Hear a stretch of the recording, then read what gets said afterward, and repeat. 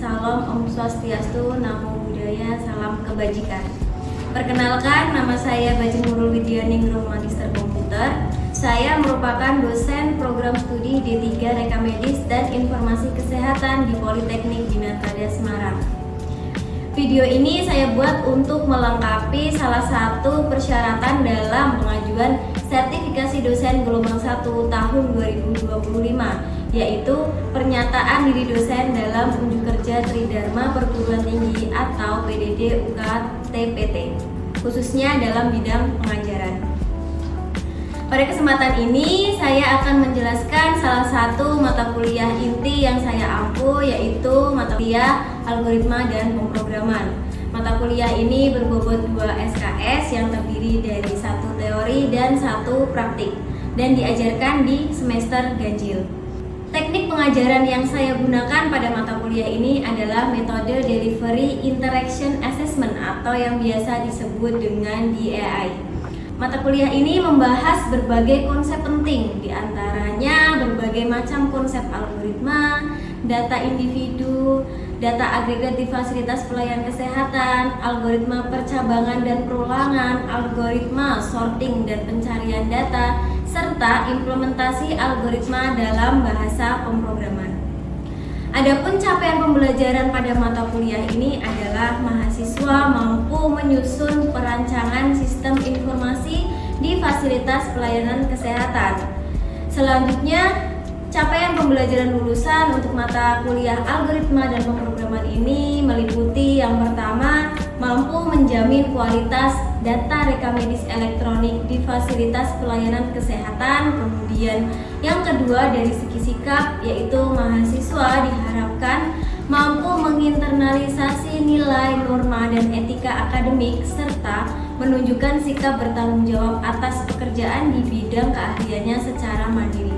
Dan yang terakhir, dari segi umum, mahasiswa diharapkan mampu memecahkan masalah pekerjaan dengan sifat dan konteks yang sesuai dengan bidang keahlian penerapannya, didasarkan pada pemikiran logis, inovatif, dan bertanggung jawab atas hasilnya secara mandiri. Mahasiswa juga diharapkan mampu bekerja sama, berkomunikasi, dan berinovasi dalam pekerjaannya. Sistem pembelajaran dan materi yang akan dipelajari selama 1 semester akan saya sampaikan di awal pertemuan. Di awal perkuliahan, saya selalu melakukan perkenalan diri terlebih dahulu dengan tujuan membangun keakraban dengan mahasiswa. Saya juga sangat terbuka untuk diskusi apapun terkait perkuliahan dengan mahasiswa. Dalam diskusi, biasanya saya lebih banyak memberikan motivasi agar mahasiswa bisa belajar lebih fokus, lebih giat, dan tentunya lebih serius. Selanjutnya, kami akan membahas tentang kontrak kuliah. Kontrak ini bertujuan untuk membuat kesepakatan bersama mengenai proses perkuliahan selama 1 semester ke depan.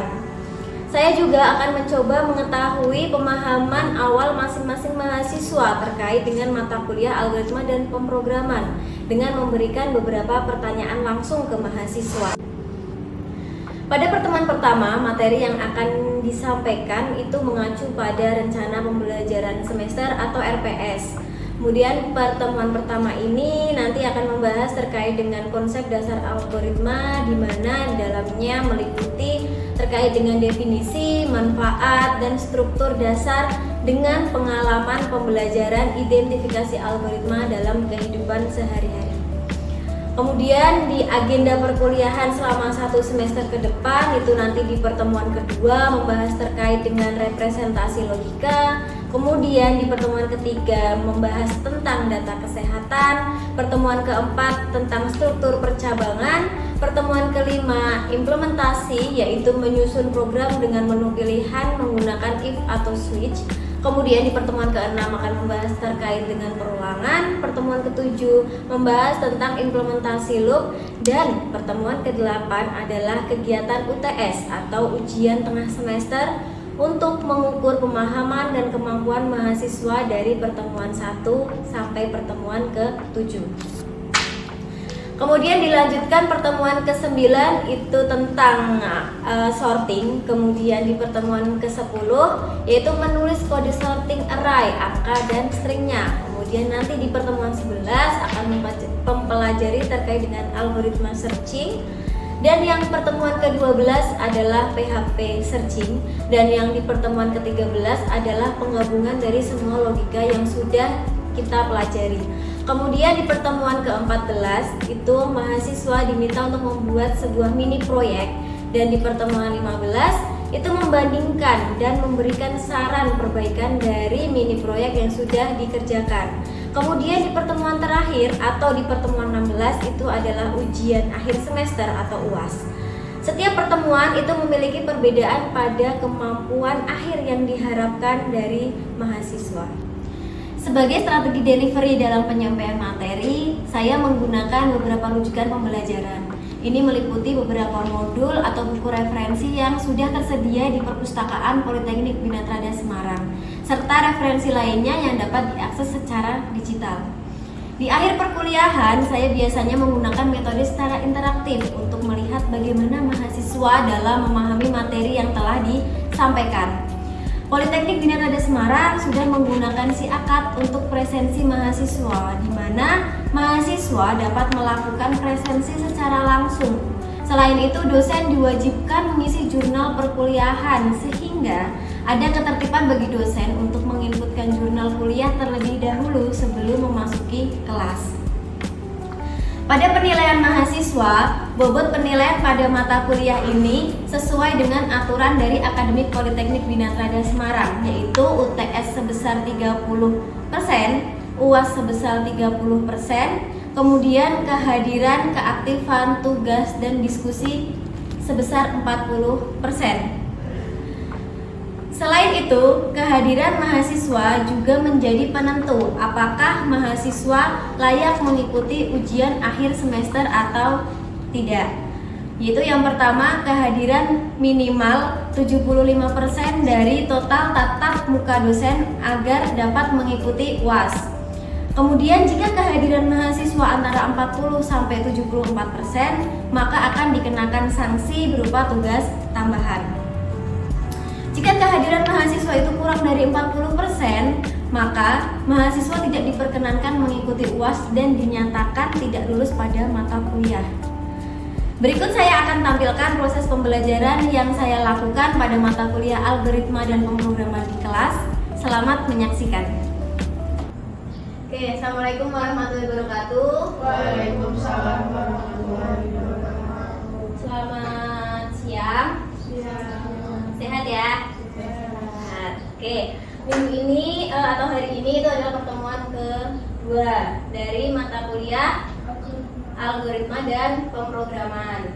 Nah, di pertemuan kedua ini kita akan membahas tentang representasi logika, yaitu flowchart dan pseudocode, gitu ya. Jadi yang sebelumnya di minggu kemarin kita belajar tentang macam-macam algoritma, kemudian apa itu algoritma. Nah, untuk hari ini itu bagaimana kita merepresentasikan logikanya dalam bentuk flowchart. Sebelumnya udah ada yang tahu belum flowchart itu apa? Gambarannya apa, seperti apa gitu? Bagan. Oke, jadi flowchart itu mirip seperti bagan. Kalau pseudocode itu lebih ke kode-kode di dalam bahasa pemrogramannya, gitu ya. Ya, berarti sudah ada gambaran ya apa itu flowchart. Oke, kemudian untuk tujuan pembelajaran pada siang hari ini itu adalah yang pertama nanti akan menjelaskan terkait dengan pengertian. Jadi di sini adalah memahami definisi, kemudian konsep dasar flowchart serta pseudocode sebagai representasi dari sebuah logika. Kemudian yang kedua itu adalah mengidentifikasi komponen. Apa itu komponennya, gitu ya. Nah, di sini mengenali simbol-simbol dan struktur yang digunakan dalam kedua metode representasi ini. Jadi nanti mengenali simbol-simbol dan struktur yang akan kita buat dari sebuah flowchart beserta dengan pseudocode-nya. Kemudian nanti yang ketiga itu nanti diharapkan mahasiswa bisa menggambar sebuah flowchart, ya. Jadi mampu membuat visualisasi dari alur pendaftaran pasien dalam bentuk flowchart yang sistematis, gitu ya. Jadi coba ceritakan dulu deh salah satu dari berenam. Ada yang tahu nggak alur pendaftaran pasien itu mulai dari mana sampai ke mana? Siapa? Alur pendaftaran pasien. Ayo, rekam medis tuh.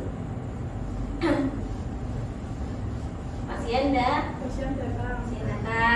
Kemudian mendaftar. Kemudian setelah mendaftar itu ditanya apa aja? Verifikasi data. Oke, verifikasi data. Kemudian Poli yang dituju. apa? Poli. Menanyakan ke pasien tentang poli yang akan dituju, gitu ya. Nah, itu adalah gambaran dalam bentuk alur pendaftaran versi kita, gitu ya. Nah, dari versi tersebut itu kita tuangkan dalam bentuk flowchart. Nah, itu tuh agar memudahkan misal untuk pembuatan sistem, gitu ya. Jadi si pembuat sistem tuh ngerti, oh ternyata prosesnya itu seperti ini, gitu. Kemudian yang keempat adalah menyusun pseudocode atau dapat menerjemahkan alur flowchart ke dalam bentuk narasi pseudocode yang jelas. Jadi dari bentuk flowchart atau dari bentuk gambar itu kita kita terjemahkan ke dalam bentuk kode untuk dibaca oleh si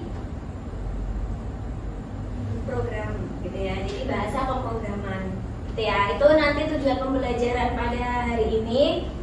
Harapannya nanti bisa masuk semuanya. Kemudian yang pertama konsep algoritma. Harusnya masih ingat nih algoritma itu apa, gitu ya, yang minggu kemarin. Jadi algoritma itu adalah serangkaian langkah logis dan terstruktur yang dirancang untuk menyelesaikan masalah tertentu. Dalam konteks rekam medis itu algoritma dapat diterapkan pada berbagai proses. Misalnya kita ambil contoh di pendaftaran pasien, gitu ya. Jadi contohnya nih, karena kita di bidang rekam medis, jadi saya mengambil contohnya adalah di bagian pendaftaran, gitu ya. Karena rekam medis biasanya ada di bagian pendaftaran.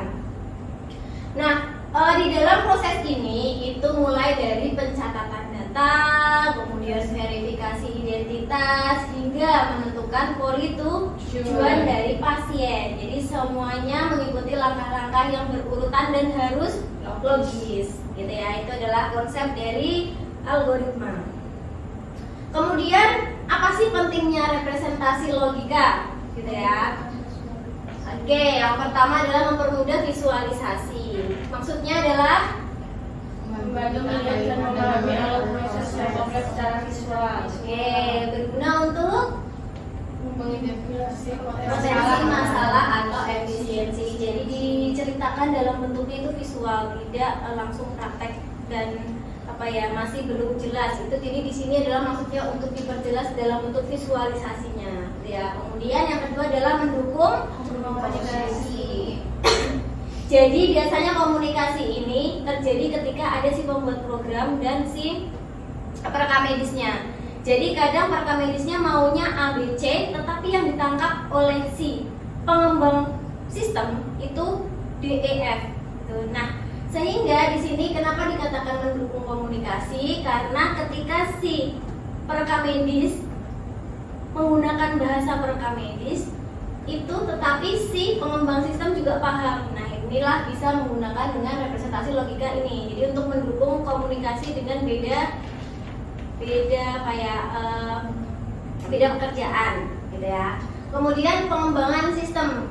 Jadi representasi logika ini adalah fondasi dalam pengembangan sistem informasi kesehatan yang lebih efektif dan efisien. Dan di sini adalah memastikan semua fungsinya itu berjalan sesuai dengan harapan si pengguna sistemnya, gitu ya. Jadi maksudnya adalah seperti itu. Nah, kita masuk ke flowchart. Apa itu flowchart?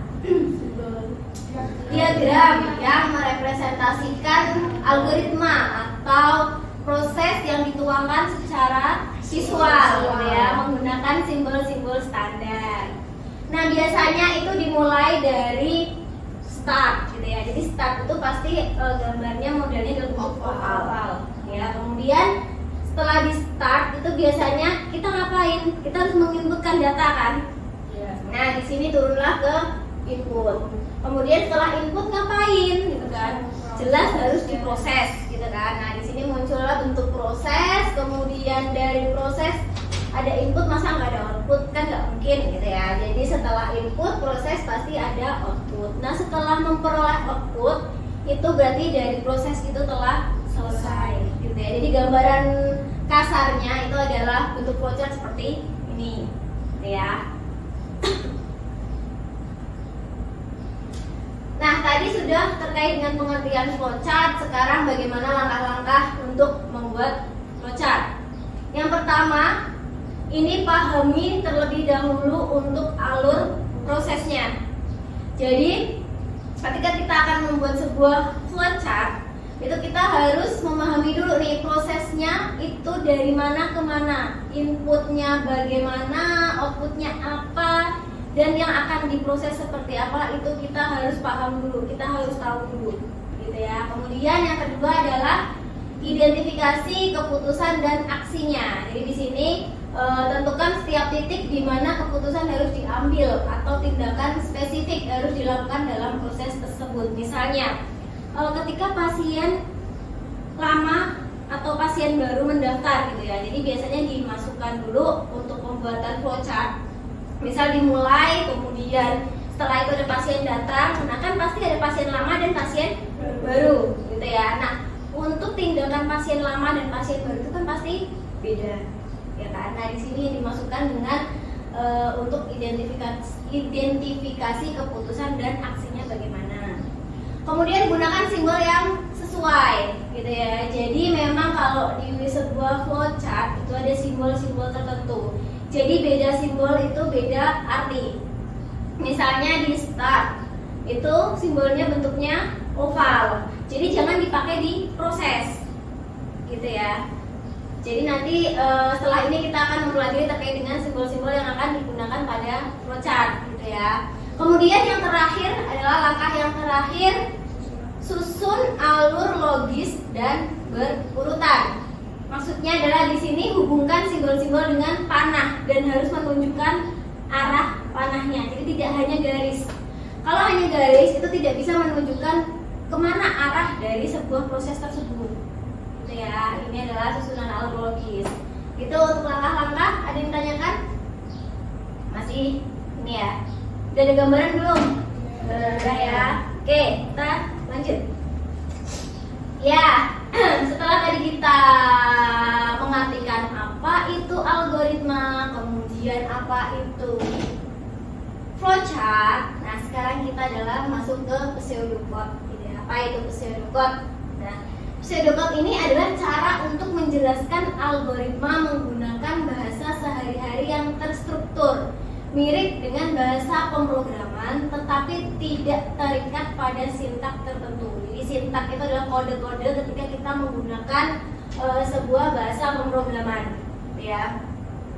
Dan ini akan memudahkan komunikasi ide algoritma sebelum diimplementasikan ke dalam kode yang sebenarnya. Jadi misalnya kalau tadi flowchart itu visual dalam bentuk gambar, nah kalau pseudocode itu lebih ke apa ya, bahasa yang semi ke sehari-hari tetapi juga semi ke bahasa pemrograman. Nah, contohnya seperti ini ya. Jadi kalau tadi itu dalam bentuk gambar, nah kalau di pseudocode itu biasanya dimulai dari mulai, misal caps lock semua gitu ya, mulai. Ini contohnya adalah penentuan suhu. Jadi di sini ada mulai, kemudian input. Apa itu input? Masukan. Oke. Berarti masukkan suhu gitu ya. Kemudian di sini ada jika suhu lebih dari 37,5 maka outputnya adalah demam. Begitu. Tetapi apabila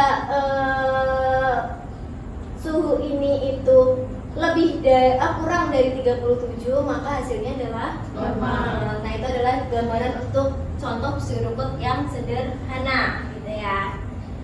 Kemudian Apa bedanya flowchart dengan pseudocode gitu ya. Jadi kalau flowchart itu tuh lebih ke bentuk visual. Di sini untuk bentuknya biasanya grafis.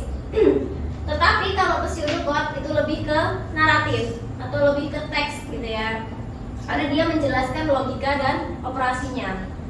Kemudian kalau di flowchart itu lebih cocok untuk pemula. Jadi yang belum tahu sama sekali buat program tuh gimana sih gitu kan. Nah, itu bisa menggunakan flowchart untuk alurnya gitu ya. Kemudian kalau pseudocode itu biasanya adalah dasar untuk coding. Coding di komputer itu biasanya lebih ke penerapan bahasa pemrogramannya gitu ya. Beda dengan kodifikasi gitu ya. Jadi coding di komputer itu beda dengan coding di kesehatan ya. Kemudian kelebihannya flowchart itu membantu mengidentifikasi looping dan percabangan yang jelas. Looping tahu? Mengulang. Looping itu mengulang-ulang. Nah, itu pasti akan kelihatan kalau kita menggunakan flowchart gitu ya, karena terlihat dengan gambar visual. Tetapi kalau yang pseudocode itu kelebihannya adalah fleksibel dan tidak terikat pada bahasa pemrograman manapun. Jadi bisa dituangkan atau semua yang menggunakan bahasa pemrograman itu mengerti kalau sudah ada pseudocode-nya. Gitu ya. Jadi sebenarnya kedua itu saling melengkapi, antara flowchart yang memberikan gambar secara visual, kemudian kalau pseudocode itu lebih detail tentang tekstual yang diperlukan untuk implementasi ke bahasa pemrogramannya. Gitu ya, itu perbedaan dari flowchart dan pseudocode. Oke, sampai sini yang ditanyakan dulu tidak terkait dengan flowchart dan pseudocode. Aman ya? Oke. Nah, kemudian ya ini ada sebuah studi kasus. Biasa ya, karena kita D3 berarti kita harus mempelajari studi kasus di lapangan gitu ya. Nah, studi kasus di sini saya mengambil tentang pendaftaran pasien. Jadi coba kita terapkan konsep pada skenario pendaftaran pasien di salah satu fasilitas kesehatan gitu ya. Jika pasien sudah terdaftar di sistem, maka cukup catat detail kunjungan saat ini. Tetapi jika pasien belum terdaftar, input data diri lengkap dan buatkan rekam medis yang baru. Nah, setelah proses daftar selesai, maka arahkan pasien ke poli atau unit tujuan yang sesuai. Nah, contoh pseudocode-nya seperti apa gitu ya. Nah, contohnya seperti ini gitu ya. Jadi pertama dimulai, kemudian coba dia bisa menjelaskan. Ngantuk ya siapa Bu? Nah, gimana? Mulai, kemudian terus menginput status pasien. Jika status pasien itu sudah terdaftar, maka catatan kunjungan masuk ke kunjungan. Oke. Kalau pasiennya belum terdaftar, itu diinput data pasien buat rekam medis baru dan diarahkan ke poli. Oke, ya kurang lebihnya seperti itu ya. Terus berarti udah paham nih. Lanjut ya. Nah, masuk di terakhir ya, kesimpulan dan langkah berikutnya. Jadi harapannya nanti setelah memahami dan menguasai representasi logika seperti flowchart dan pseudocode, ada ilmuwan fundamental bagi setiap mahasiswa LMIK gitu ya. Ini adalah fondasi untuk merancang sebuah sistem sehingga bisa membuat sistem yang lebih efisien dan akurat gitu ya. Jadi yang pertama tadi pentingnya representasi apa? Untuk alat esensial dalam analisis dan desain Sistem informasi SMK. Kemudian untuk kuasai flowchart dan pseudocode-nya adalah fondasi yang kuat untuk merancang alur kerja yang logis dan lebih terstruktur. Kemudian menuju ke struktur data. Jadi harapannya nanti bisa mempersiapkan di mata kuliah berikutnya terkait dengan basis data atau pengelolaan data. Nah, itu awalnya bisa dari mata kuliah ini. Gitu ya. Oke. Karena materi sudah saya sampaikan dan sudah disimpulkan, maka untuk pertemuan kali ini saya akan memberikan tugas, gitu ya. Yang pertama, nanti mahasiswa bisa menggambar flowchart untuk pendaftaran pasien. Jadi tadi kasusnya pendaftaran pasien kan menggunakan pseudocode. report ya. Nah, ini tugasnya adalah membuat flowchart-nya seperti apa. Kemudian bagannya aja berarti. ya, bagannya aja berarti ya. Oke, dari bagan nanti diturunkan ke pseudocode-nya berarti seperti yang tadi ya, ke pseudocode-nya. Kemudian nanti juga dijelaskan tentang logika yang ada di dalam flowchart tersebut. Ya, kemudian setelah itu bisa melakukan presentasi kelompok. Ya, berarti ini ada 6 orang dibagi menjadi 2 Kelompok. 2 apa 3 kelompok? 3 kelompok aja lah ya. Oke, 3 kelompok berarti 1 kelompok 2 orang gitu ya. Itu dipresentasikan di minggu depan. Oke. Gitu. Sampai sini ada yang ditanyakan? Belum. Belum ya? Oke, untuk pertemuan minggu depan itu presentasi dari mahasiswa terkait dengan tugas yang tadi ya, tugas membuat apa? Flowchart. Terus setelah membuat flowchart dibuat pseudocode-nya gitu ya. Oke, setelah membentuk pseudocode-nya nanti dibuat penjelasan tentang logikanya. Setelah itu dipresentasikan gitu ya, 3 kelompok. Udah ditanyakan nih? Oke, baik. Kalau sudah tidak ada yang ditanyakan, mungkin sekian dari perkuliahan hari ini yang membahas terkait dengan flowchart dan pseudocode. Harapannya nanti jangan sampai lupa di pertemuan minggu depan, apalagi di pertemuan-pertemuan berikutnya. Ya, karena ini adalah pertemuan kedua, itu menjadi dasar dari mata kuliah ini, gitu ya. Baik, selamat mengerjakan tugas. Kalau sudah tidak ada yang ditanyakan lagi, saya tutup untuk perkuliahan siang hari ini. Terima kasih atas kehadirannya. Semoga selalu diberi kesehatan gitu ya. Kemudian dalam mengerjakan tugas, saya tutup. Wassalamualaikum warahmatullahi wabarakatuh. Waalaikumsalam warahmatullahi wabarakatuh. Sekian video pembelajaran untuk PDD UKT PT bidang pengajaran ini. Saya mengucapkan terima kasih kepada seluruh Sivitas Akademika Politeknik Bina Trans Semarang dan Panitia Sertifikasi Dosen tahun 2025. Salam sehat, wassalamualaikum warahmatullahi wabarakatuh.